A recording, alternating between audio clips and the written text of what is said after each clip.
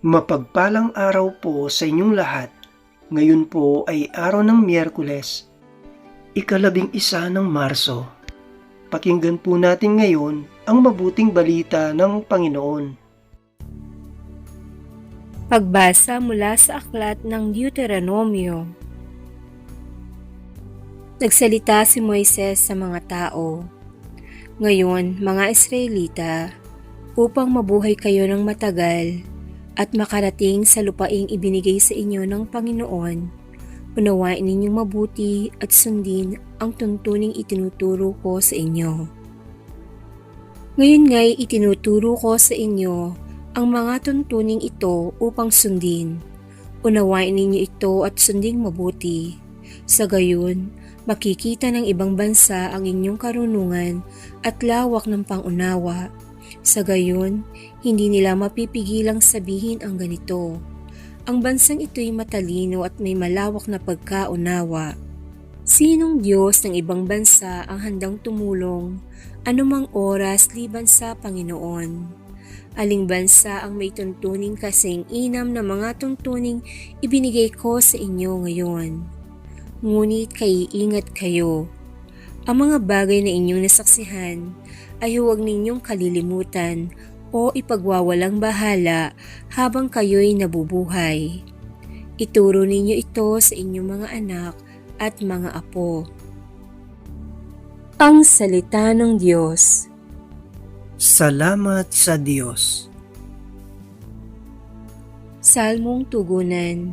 Purihin mo, Jerusalem, ang Panginoong butihin. Purihin mo, Jerusalem, purihin ang Panginoon. Purihin mo ang iyong Diyos, kayong mga taga-Syon.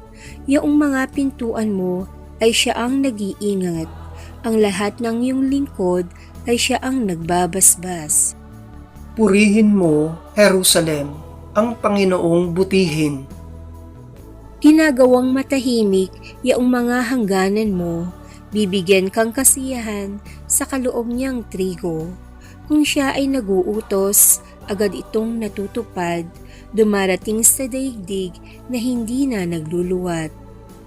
Purihin mo, Jerusalem, ang Panginoong butihin. Kay Jacob niya ibinigay ang balita at pabilin, ang tuntunit mga aral ibinigay sa Israel.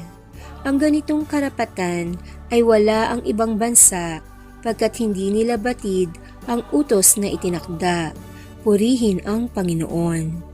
Purihin mo, Jerusalem, ang Panginoong butihin. Awit pambungad sa mabuting balita. Salita mo, Kristong mahal, Espiritong bumubuhay, nagtuturot umaakay, sa nagnanais makamta ng langit na walang hanggan. Ang mabuting balita ng Panginoon ayon kay San Mateo. Noong panahong iyon, sinabi ni Jesus sa kanyang mga alagad, "Huwag ninyong akalaing naparito ako upang pawalang bisa ang kautusan at ang aral ng mga propeta. Naparito ako hindi upang pawalang bisa, kundi para ipaliwanag at ganapin ang mga iyon. Tandaan ninyo ito, magwawakas ang langit at ang lupa, ngunit ang kalit-litang bahagi ng kautusan ay di mawawalan ng bisa hanggat hindi nagaganap ang lahat. Kaya't sinumang magpawalang halaga kahit sa kalit-litang bahagi nito at magturo ng gayon sa mga tao ay ibibilang na pinakamababa sa kaharian ng Diyos. Ngunit ang gumaganap ng kautusan at nagtuturo na tuparin iyon ay ibibilang na dakila sa kaharian ng Diyos." Ang mabuting balita ng Panginoon. Pinupuri ka namin, Panginoong Hesukristo.